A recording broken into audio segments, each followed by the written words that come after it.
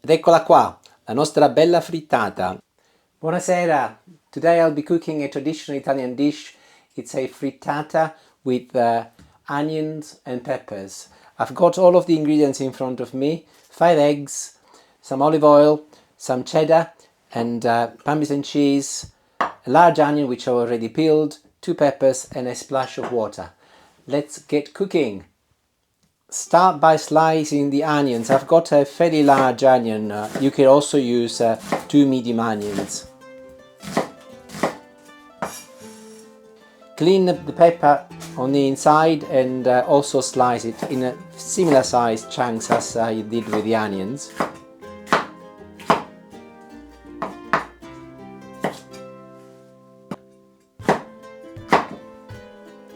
Pour approximately 1 tablespoon of olive oil in a frying pan.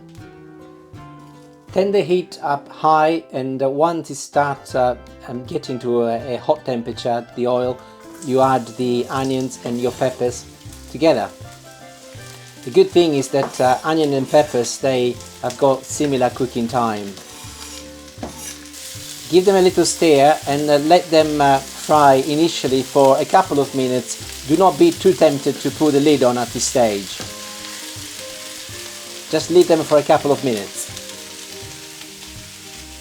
After a couple of minutes, add a splash of water.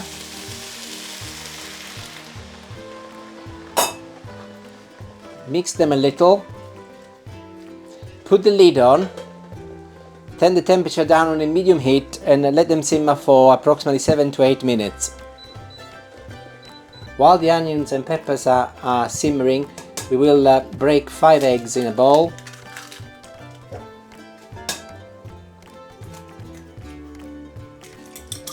Mix them up. Add some salt.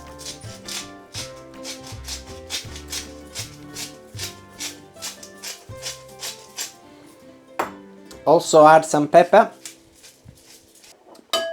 Add in the cheese. I'll start with the Parmesan cheese first. And the cheddar. You can use any cheese you like, by the way. I'm using cheddar because I like the taste, but also it will give a nice creamy finish to the frittata at the end. And the Parmesan is a very Italian cheese, and that will give a distinctive flavor.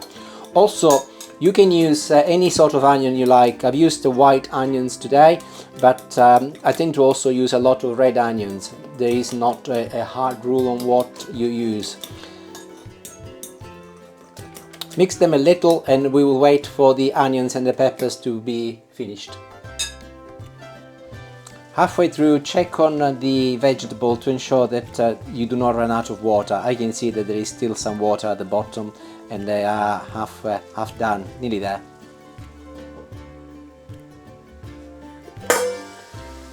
The vegetables are cooked, the water is almost all gone. We are now going to take it off the heat and let them cool down for a few minutes. Actually, it took 10 minutes altogether from beginning to end. As we only got a few degrees outside, I've put them outside to cool down and much quicker. So I will be adding them to the egg and we give them a good mix. Using the same pot as before, we pour some more olive oil at the bottom. Now this is a very important step for a successful frittata. Make sure that the oil is at temperature and then you add your mix.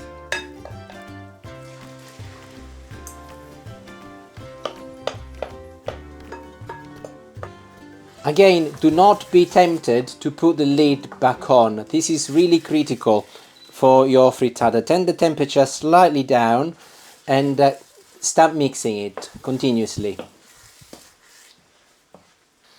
I can smell the flavor from the Parmesan and also from the peppers at this stage. So many people get this part wrong and they do not get a proper frittata because they panic and they put the lid on immediately. This is the real secret of a successful frittata. And most probably the most important one. So how do you know when to put the lid on? We are getting close now. Effectively all of the liquid has gone, and you can see that it's beginning to look more like an omelette. At this stage it's about time to start modeling your frittata and pushing the edges down and leaving it another minute most probably before we put the lid on. You can see that there is still some liquid in there, so I'm going to be a little bit patient and wait. Okay, we turn the temperature down on a medium heat, and now it's time to place the lid on for a few minutes. Initially I'll do it for 3 minutes and then I'll have a look. So it's been cooking for 5 or 6 minutes and it's now time to turn it around. How do I know it's time to turn it around? Well, I use a rubber little spatula here, and I can see that by touching the sides it's all in one piece and it's looking ready. So how do you turn it around? The easiest way is to use a lid, but my lid is a bit bigger than the frittata, so I'm going to be using a plate which is just as good. So I put the plate on top. Try not to burn yourself. Put your hand on top first and then just flip it over.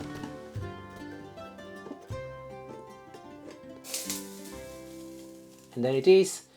We are going to now sliding it back on and do the other side. It's looking quite nice, golden color.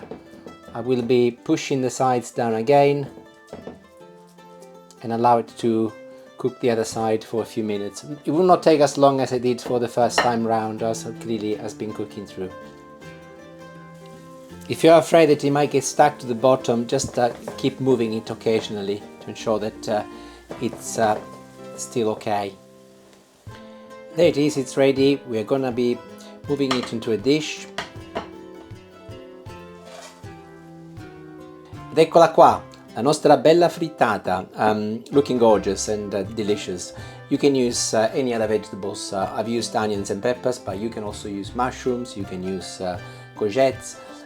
Clearly the cooking time, depending on where you're cooking, you must make sure that as you cook the vegetables to start with, you're taking that into account. We will be eating this tonight with a salad and some bread, and that'll be a nice, light, healthy meal.